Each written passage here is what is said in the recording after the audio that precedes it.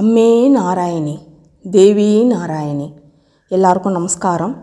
நாம் இன்றைக்கி இந்த வீடியோவில் தேவி நாராயணியத்தில் 17வது தசகம் ஸ்லோகம் 6லிருந்து 11 வரை ஸ்லோகமும் அதற்கான அர்த்தமும் பார்க்க போகிறோம். இப்போது 6வது ஸ்லோகம். சுதர்ஷனோ மாத்ருவதூ சமேதஹ சுபாஹுமாப்ருச்ய ரதாதிரூடஹ புரீமயோத்யாம் பிரவிஷன் புரேவ சீதாபதிஸ்தோஷயதி ஸ்ம சர்வான். இப்போது இந்த 6வது ஸ்லோகத்துக்கான அர்த்தம் பாருங்கோ. போன வீடியோவில் நம்ம பார்த்தோம், சுதர்சனனுக்காக அம்பாளே பிரத்யக்ஷமாகி அந்த எதிரிகளெல்லாம் துவம்சம் பண்ணினான்னு பார்த்தோம். இப்போது இவன் தன்னுடைய அம்மாவையும் அந்த மணப்பெண்ணையும் அழைச்சிண்டு இவன் தன்னுடைய நாட்டுக்கு திரும்புகிறான். சுதர்சன மாத்ருவதூ சமேத, அம்மாவும் அந்த பத்னியுடனும் கிளம்புறான். சுபாகும் ஆப்ருச்சிய, சுபாகுவினிடத்தில் விடை பெற்று கொண்டு ரதாதி ரூட, ரதத்தில் ஏறி அயோத்தியாம் புரிம் பிரவிஷன், அயோத்தி நகரில் வந்து புரா சீதாபதிஹீப, புராண நான் சொல்லியிருக்கேன் இல்லையா, ஒன்ஸ் அப்பான் அ டைம், முன்னாடி சீதாபதியான ராமன் எப்படி அயோத்திக்கு சீதையை அழைச்சின்னு போனானோ அந்த மாதிரி தன்னுடைய பத்னியை அழைச்சிண்டு சுதர்சனன் போகிறான்னு அப்படி கம்பேர் பண்ணுறார். சர்வான் தோஷயதி ஸ்ம, தோஷம்னா சந்தோஷம், மகிழ்ச்சின்னு அர்த்தம்.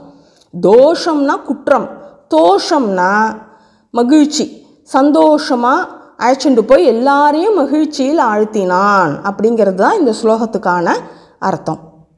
இப்போ 7வது ஸ்லோகம். லீலாவதிம் பிராப்ய விமாதரம் ச நத்வா விஷண்ணாம் ஹதபுத்ரதாதாம் சதுக்திபிஹி கர்மகதீம் பிரபோத்ய சசாந்த்வயாமாச மகேஷி பக்தஹ. இப்போது இந்த 7வது ஸ்லோகத்துக்கான அர்த்தம் பார்த்தேன்னா ரொம்ப ஆச்சரியமாக இருக்குது. இதெல்லாம் நம்ம இந்த சமகாலத்து குழந்தைகள்லாம் தெரிஞ்சுக்க வேண்டியது.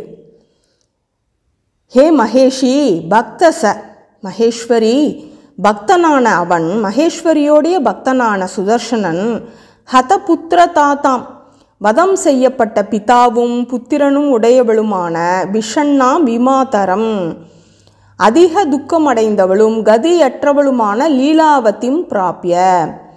எப்படி வந்து ராமர் கைகேயியை போய் முதல்ல போய் நமஸ்காரம் பண்ணாராம், கோசலையை கூட அப்புறமா தான் பண்ணினார்.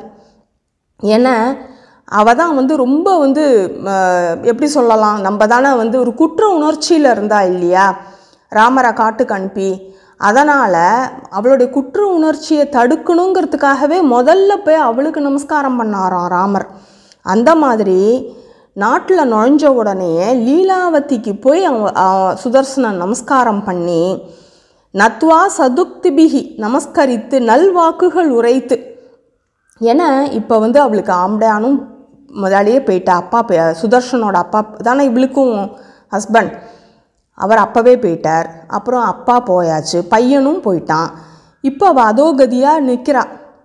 எப்படி முன்னாடி வந்து ஹஸ்பண்டும் போய் அப்பாவும் போய் அந்த சுதர்சனோட அம்மா வந்து எப்படி நின்னாலோ அந்த மாதிரியான ஒரு துர்பாகியமான நிலைமையில் இப்போ லீலாவதி இருக்கா.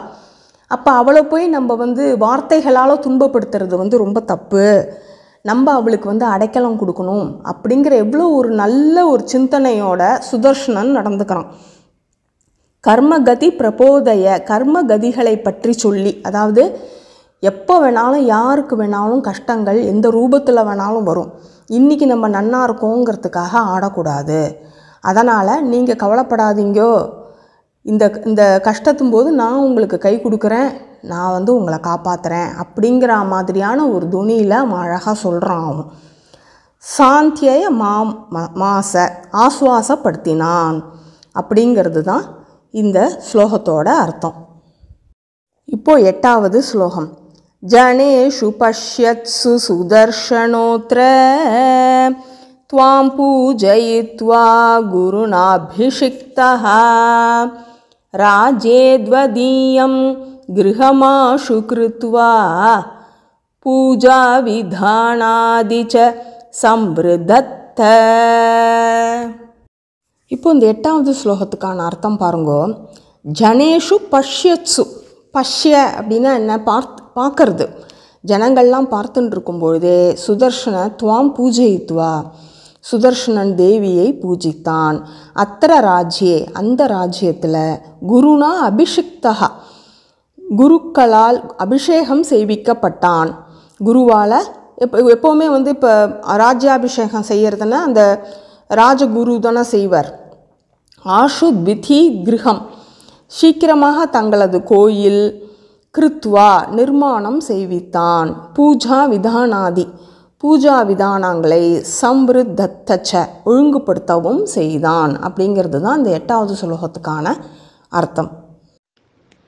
தஸ்மின் ரிபே த்வத் சதனானி கிருத்வா ஜனாஹ பிரதிகிராமமபூஜயம் ஸ்த்வாம் காஷ்யாம் சுபாஹுஷ்ச ததா கரோத்தே சர்வத்ர பேதுஹு கருணா கடாக்ஷாஹ. இப்போ 9வது ஸ்லோகத்துக்கான அர்த்தம் பாருங்கோ. யதா ராஜா ததா பிரஜா, அரசன் எவ்வழியோ மக்கள் அவ்வழின்னு சொல்லுவா. அது மாதிரி இந்த சுதர்சனன் தேவியுடைய பக்தன். அதனால் எல்லா கிராமங்களிலும் தேவி கோயில்களை நிறுவி அந்த நாட்டு மக்கள்லாமும் அப்படியே தேவி பக்தர்களாக ஆயிட்டாலாம். அது மட்டும் இல்லாமல் அம்பிகையோட கருணை அவளை ஆராதிக்க என்ன ஆறுது? அம்பிகையோட கிருபா கடாட்சம் எல்லா இடத்துலையும் ரொம்ப வழியறது. பேத்துகுனாக்க ஒழுகி கொண்டு இருக்கிறது அப்படின்னு அர்த்தம். அதாவது கண்கள்லேருந்து அப்படியே கருணை மழை பெய்து கொண்டு இருக்கிறது அப்படின்னு அர்த்தம். அப்போ அந்த நாடே எப்படி இருக்குன்னு ஒரு நிமிஷம் கற்பனை பண்ணி பாருங்கோ. அந்த காசி நகரமே அம்பாளோட கருணையில் நிரம்பி வழியிறது அப்படிங்கிறது தான் அந்த 9வது ஸ்லோகத்துக்கான அர்த்தம். இப்போ 10வது ஸ்லோகம்.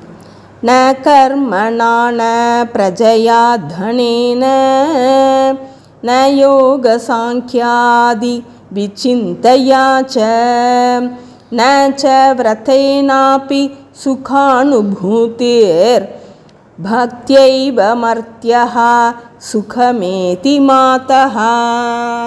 இப்போ இந்த 10வது ஸ்லோகமான அர்த்தம் பாருங்கோ. இது நமக்காகத்தான் பட்டத்திரி சொல்கிறார்.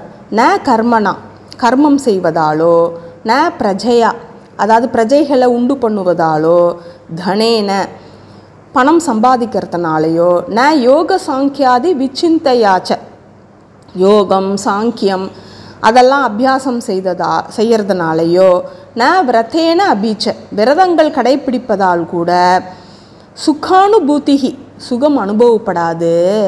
பக்தியால் மட்டும்தான் அந்த சுகம் கிடைக்கப்பெறும் அப்படிங்கிறத இந்த ஸ்லோகத்தில் நமக்கு தெரிவிக்கிறார். இது எவ்வளோ ஈஸி பாருங்கோ.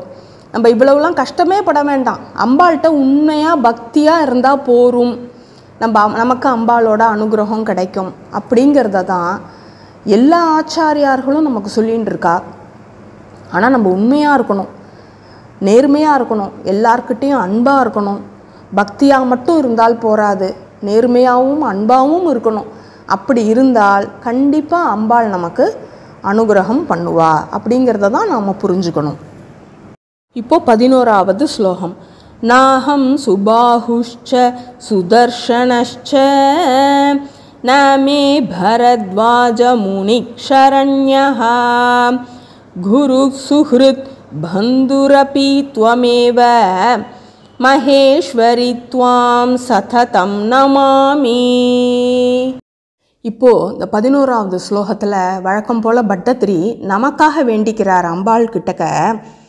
நாகம் சுபாஹு, நான் சுபாகுவும் இல்லை, சுதர்ஷனனும் இல்லை, பரத்வாஜ முனிவர் எனக்கு அடைக்கலம் கொடுக்கறதுக்கும் இல்லை அப்படிங்கிறார்.